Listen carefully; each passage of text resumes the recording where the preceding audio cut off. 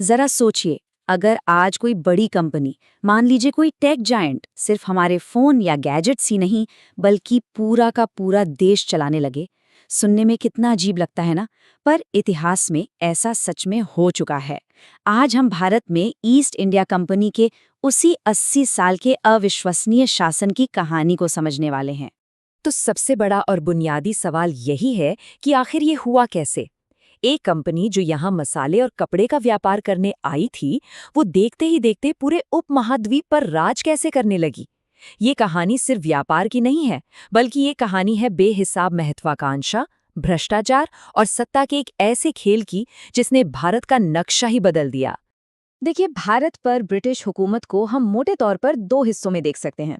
पहला था कंपनी राज, जब एक ट्रेडिंग कंपनी यहाँ की शासक थी, और दूसरा 1857 के विद्रोह के बाद ताज का शासन, जब सत्ता सीधे ब्रिटिश सरकार के हाथों में चली गई। हमारी आज की कहानी इसी पहले दौर यानी कंपनी राज की है। एक ऐसा दौर जहां हर नए कानून के साथ सत्ता का पलड़ा धीरे धीरे कंपनी के हाथ से खिसक रहा था। तो कहानी की शुरुआत होती है व्यापारियों के शासक बनने से।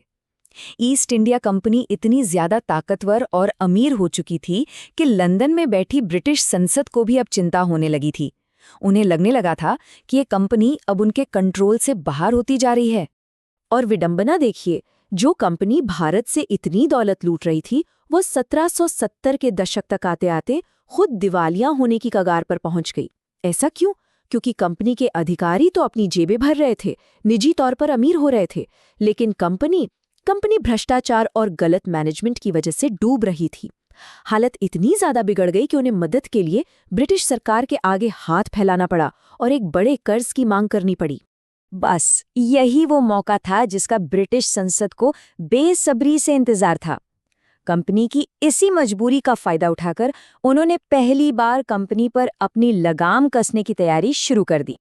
और संसद का जवाब था 1773 का रेगुलेटिंग एक्ट। ये सिर्फ एक कानून नहीं था, ये एक सीधी सीधी चेतावनी थी। जैसे कोई बैंक आपको कर्ज देने से पहले अपनी शर्तें रखता है ना, ठीक वैसे ही ब्रिटिश सरकार ने कंपनी से कहा, ठीक है, पैसा चाहिए तो अब से हमारे नियमों पर चलना होगा। इस एक्ट ने कई बड़े बदलाव किए। बंगाल के गवर्नर को अब गवर्नर जनरल बना दिया गया, जिससे उसकी ताकत बहुत बढ़ गई। उसकी मदद के लिए 4 सदस्यों की एक काउंसिल बना दी गई। कलकत्ता में एक सुप्रीम कोर्ट की स्थापना हुई। और सबसे जरूरी बात, कंपनी के अधिकारियों के निजी व्यापार करने और तोहफे या कहें कि रिश्वत लेने पर पूरी तरह से पाबंदी लगा दी गई। ये सब एक तरह से कंपनी में जवाबदेही लाने की पहली कोशिश थी। और इस पूरी नई व्यवस्था के सबसे ऊंचे पद पर बिठाया गया लॉर्ड वॉरेन हेस्टिंग्स को, जो बने बंगाल के पहले गवर्नर जनरल। अब भारत में सत्ता का एक नया केंद्र बन रहा था, जो सीधे लंदन को जवाबदेह था। लेकिन एक दिक्कत हो गई। नया नया बना सुप्रीम कोर्ट और कंपनी का प्रशासन दोनों ही अपनी अपनी ताकत दिखाने लगे। उनके बीच टकराव शुरू हो गया कि भाई बड़ा कौन है, कानून या प्रशासन। इस कंफ्यूजन को दूर करने के लिए जल्दी एक और कानून लाना पड़ा, एक तरह का पैचवर्क। इस नए कानून, जिसे एक्ट ऑफ सेटलमेंट कहा गया, उसने साफ कर दिया कि गवर्नर जनरल और उसकी काउंसिल अपने सरकारी कामों के लिए सुप्रीम कोर्ट को जवाबदेह नहीं होंगे। इससे प्रशासन का काम बिना रुकावट के चलने लगा। और एक बहुत दिलचस्प बात हुई, इसने पहली बार कानूनी मामलों में हिंदू और मुस्लिम पर्सनल लॉ को मान्यता दी। पर इन सब सुधारों के बावजूद असली समस्या तो जस की तस बनी हुई थी। सोचिए, एक ही संस्था व्यापार भी कर रही है और देश पर शासन भी। ये तो हितों का सीधा टकराव था। कंपनी के फैसले मुनाफे के लिए होते थे या लोगों की भलाई के लिए, ये एक खतरनाक घालमेल था। इसी बड़ी समस्या को सुलझाने के लिए 1784 में आया पिट्स इंडिया एक्ट, और इसने एक बहुत ही क्रांतिकारी काम किया। इसने कंपनी के कामों को 2 बिल्कुल अलग अलग हिस्सों में बांट दिया। इसे ऐसे समझिए कि कंपनी के अब 2 बॉस बना दिए गए।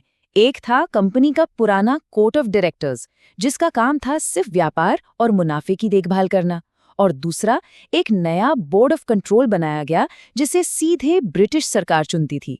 इसका काम था शासन, युद्ध और संधि जैसे सभी राजनीतिक मामलों को संभालना। यानी अब असली सत्ता प्रभावी रूप से लंदन शिफ्ट हो गई थी।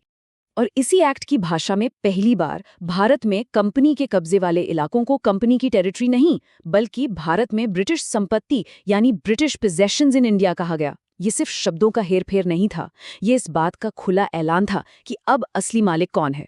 इसके बाद चार्टर एक्ट्स का एक लंबा दौर चला। इन एक्ट्स ने धीरे धीरे कंपनी के पंख कतरने शुरू कर दिए। कंपनी की जो आत्मा थी, यानी व्यापार करने का उसका एकाधिकार, वो उससे धीरे धीरे छीना जा रहा था और उसे पूरी तरह से एक प्रशासनिक मशीन में बदला जा रहा था। देखिए ये कैसे हुआ।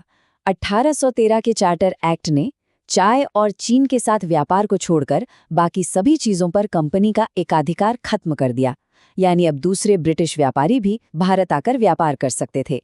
फिर 1833 में चाय और चीन वाला एकाधिकार भी खत्म कर दिया गया। अब कंपनी एक व्यापारिक संस्था बची ही नहीं थी, वो पूरी तरह से ब्रिटिश सरकार की एक एडमिनिस्ट्रेटिव बॉडी बन गई थी। 1813 के एक्ट में एक और बहुत महत्वपूर्ण चीज हुई। पहली बार भारतीयों की शिक्षा के लिए सालाना 1 लाख रुपए का बजट रखा गया। हाँ, ये रकम बहुत ज्यादा नहीं थी, लेकिन ये एक ऐतिहासिक शुरुआत थी। भारत में आधुनिक शिक्षा की नींव यहीं से पड़नी शुरू हुई। 1833 आते आते सत्ता का केंद्रीयकरण अपने चरम पर पहुंच गया। अब बंगाल के गवर्नर जनरल का पद भी खत्म कर दिया गया। उसकी जगह एक नया और ज्यादा शक्तिशाली पद बनाया गया, भारत का गवर्नर जनरल। और इस पद को संभालने वाले पहले व्यक्ति थे लॉर्ड विलियम बेंटिंग। और अब हम आते हैं कहानी के आखिरी पड़ाव पर, वो आखिरी चार्टर एक्ट जिसने कंपनी राज के ताबूत में आखिरी कील ठोकने का मंच तैयार कर दिया। ये था 1853 का चार्टर एक्ट। ये एक्ट कंपनी के कॉन्ट्रैक्ट को रिन्यू करने जैसा कम और ब्रिटिश सरकार द्वारा कंपनी को पूरी तरह से टेक ओवर करने से ठीक पहले की आखिरी तैयारी जैसा ज्यादा लग रहा था। इस एक्ट ने 2 बहुत बड़े और आधुनिक काम किए। पहला, इसने पहली बार गवर्नर जनरल की काउंसिल के विधायी यानी कानून बनाने वाले और कार्यकारी यानी कानून लागू करने वाले कामों को अलग अलग कर दिया। और दूसरा, इसने सिविल सेवा में भर्ती के लिए सिफारिश की जगह एक खुली प्रतियोगिता प्रणाली शुरू की। मतलब अब कोई भी अपनी काबिलियत के दम पर इस ताकतवर सर्विस का हिस्सा बन सकता था। और इसी खुली प्रतियोगिता ने भारतीयों के लिए भी प्रशासन के दरवाजे खोल दिए। 1863 में सत्येंद्रनाथ टैगोर वो पहले भारतीय बने जिन्होंने इस बेहद मुश्किल परीक्षा को पास किया। ये एक नई राह की शुरुआत थी। तो आखिर में हम उसी सवाल पर लौटते हैं, जब कंपनी का व्यापार करने का अधिकार ही खत्म हो गया और उसका पूरा प्रशासन ब्रिटिश सरकार के कंट्रोल में आ गया, तो क्या उसका अंत होना तय नहीं था? 80 सालों के इन कानूनी बदलावों के बाद कंपनी तो बस नाम की शासक रह गई थी, एक मुखौटा जिसके पीछे से ब्रिटिश ताज हुकूमत कर रहा था। शायद 1857 का विद्रोह तो बस एक आखिरी बहाना बना। असली टेकओवर तो दशकों से धीरे धीरे कानून की किताबों में लिखा जा रहा था। इस बारे में क्या ख्याल है?